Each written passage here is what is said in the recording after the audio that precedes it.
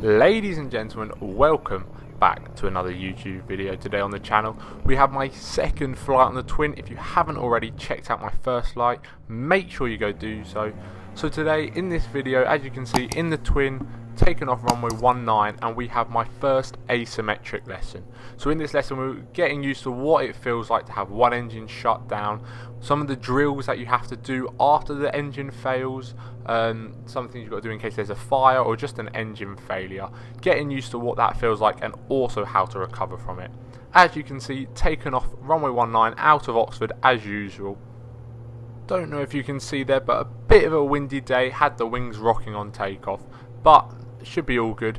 Actually, the cloud base on the day was quite low. I can't remember exactly, but I believe just over 2,000 feet. So we actually decided to do an IFR departure just to get into the training area. But once we were there, it was all VFR for the flying, looking out as normal, using the visual features we could see. But first of all, we just had to get up into the area, so had to bust through the cloud at 2,000 feet IFR. So making that right hand turn towards Moreton, for those of you who are near the Oxford area or know about where that is, up towards the north, and then here we have that layer of cloud at 2,000 feet. Luckily a very thin layer, so it didn't take us long to get through it. And also once we were above it, it was actually a really cool view. There was this another layer of cloud, as you can see, really high up.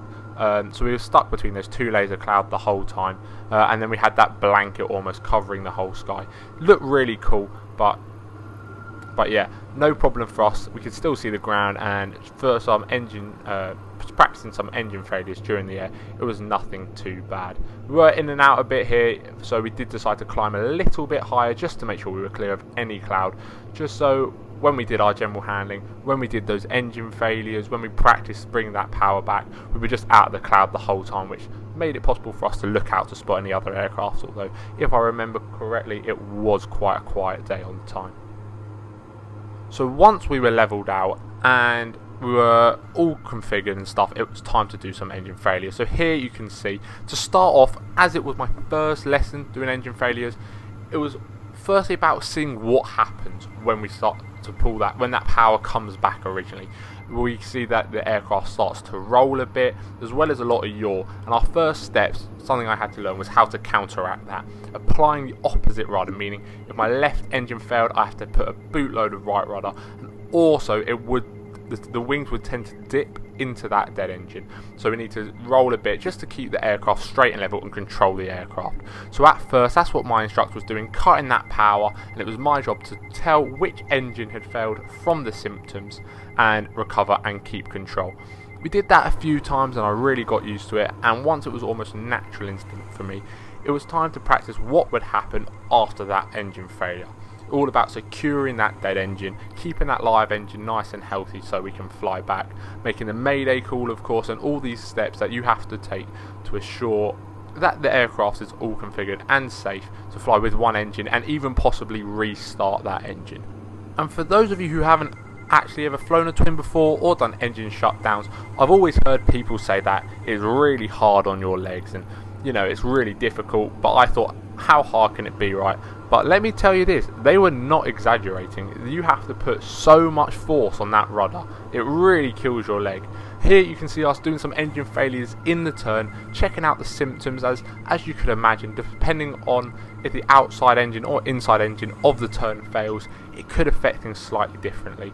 So we were testing out what would happen, seeing the conditions and what would happen in a turn if our engine was to fail, and how we could spot that as well.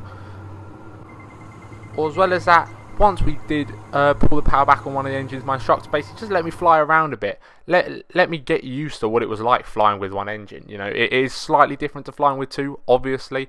They can fly with one engine, but they aren't made to. They are made to fly with two engines 99.9% of the time.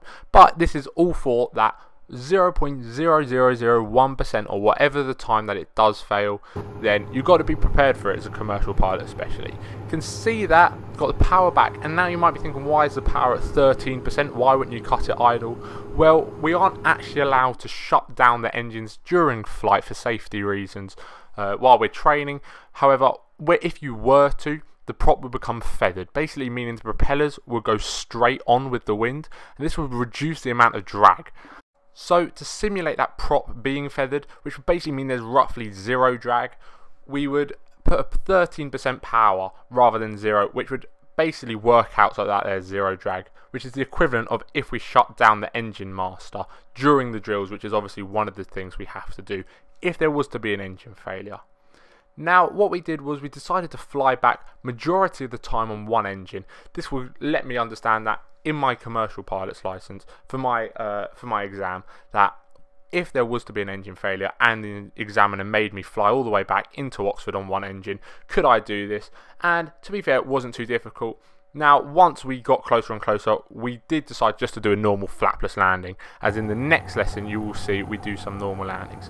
But here we go, on final now, about to touch down, doing a flapless landing, and I am really enjoying landing the twin. I thought it would be a big step from the single, but it wasn't as great as I thought. The suspension on the twin definitely helps, makes those landings a little bit softer, and as you can see, I feel like I did pretty well there. But thanks to ATC, managed to give us a few circuits. So after this, we put full power, decide to go around. We do a practice go around as well on this next circuit, and then my instructor shows me what a asymmetric circuit looks like, which, as you will see in the next video, we will practice. But guys, we're coming towards the end of the video. I have an insane video for you guys coming next week. It's probably my best flight on the twin. We did a navigation flight, got to use our autopilot a bit, it was a great treat. And as well as that, we did some circuits at Cranfield, normal, flapless, asymmetric, we were practicing a lot, as well as some go-arounds, asymmetric and normal go-arounds, which is great fun. And honestly, it was my best flight yet on the twin. I guarantee it's one you'll want to watch. Coming out 2 weeks after this video, so make sure you stay tuned. But guys, thank you so much for watching. I'm going to quickly head over to Future Oddie to give you a little outro. But yeah, thanks guys so much for watching, and stay tuned for the outro. So guys, thank you so much for watching. A slightly shorter video today, I know, but we've got an amazing video coming out 2 weeks time. I do upload every other week, so make sure you subscribe and turn on those notifications so you get updated every time I upload a new video. But if you did enjoy today's video, remember to leave a like, and if you want to see my very first flight on the twin, click that video right up there. It will show you my first flight. It was an awesome flight. And if you are thinking about becoming a commercial pilot yourself, thinking about starting and want to know a bit more about the ground school side of things, go check out that video here. It's really informative and really helpful. I really recommend if you are thinking about becoming a commercial pilot yourself.